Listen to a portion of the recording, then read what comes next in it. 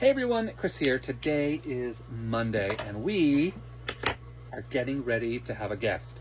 And that guest is named Erin. For those who haven't been paying attention, let me introduce you to Erin. She is the first significant hurricane of the year, and she is luckily not going to be coming that close to us. So when we pull in the forecast and we jump to Friday, we should top out about 11 a.m. with 25 knot winds with gusts into the 30s. So not bad, but you could definitely see it doesn't take her moving just the tiniest bit north before we go from the yellow on the edge of red to the red into all those other colors. So needless to say, we're going to be doing some preparing for the storm, and we like to start about a week early because well, that way you have time.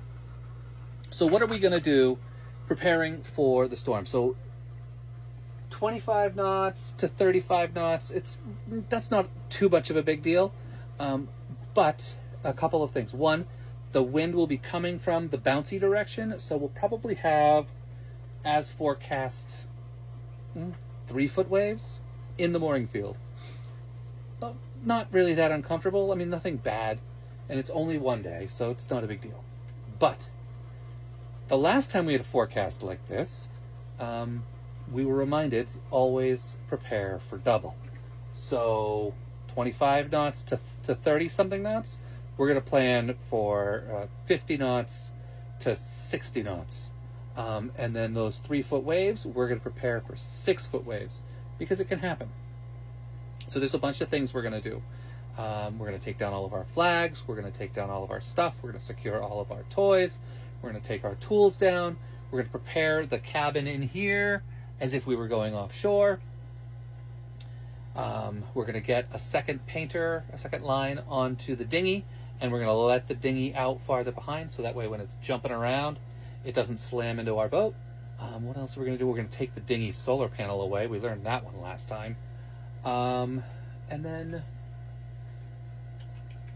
yeah, that's most of it for on the boat for like stuff. Then we double check our mooring lines. Even though we're on a mooring, we still turn on the anchor monitor. And then what else do we do? This is going to happen during the day, but even if it's forecast to happen during the day, we make sure all of our lights are charged, we make sure all of our radios are charged, and we have a whole bunch of radios that we're going to end up needing charged. And then what else do we do? We go to the grocery store. We make sure we have pre-made foods that we can do the day before so that we don't have to cook. We make sure that we have anxiety snacks, very, very important for those who stress eat. And then what else are we going to do? We make sure we have stuff downloaded, like audiobooks and videos to watch to distract ourselves. And then I'll work ahead job-wise. Liam's going to have to take the day off of work.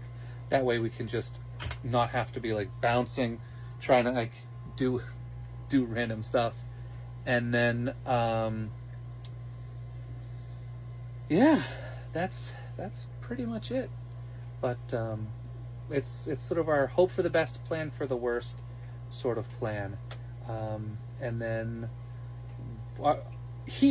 our biggest two risks are, one, if we were to slip off our mooring, because I don't think that our mooring won't drag, even in the severest weather. I think our lines to the mooring would snap first.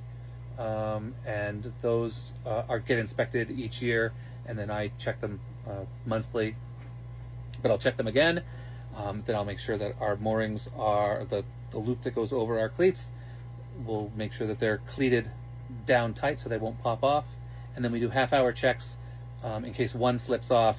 You can run up there with a boat hook and get it back before the other one slips off. And then what else? During the storm itself, the other major risk is that someone else's boat comes, breaks off, and hits us. There's nothing we can do about that other than during those checks to see if anyone else is in peril. The harbor master where we are is amazing. Like, they literally patrol the whole time in their thing. So they'll do, the harbor master will be out and the Boat Tow US guy will be out, and they'll be coordinating. We'll get to listen to them on the radio, coordinating the watch for the harbor during the storm. And then like, we're literally out the window. There's the tower. That little pier right there, that's the Coast Guard pier. So harbor master, the Boat Tow US guy, and the literal Coast Guard, I'm quite confident that this is a good place to spend this storm. And then, yeah, so we're just gonna get ready for a bouncy afternoon on Friday. So, anxiety snacks. What are some good anxiety snacks that would be good for a diabetic? So I will not be overly strict, but definitely in the mood for recommendations. So, yeah. We're going to prepare over the course of the week. So we'll probably go grocery shopping on Wednesday so that we have a whole day.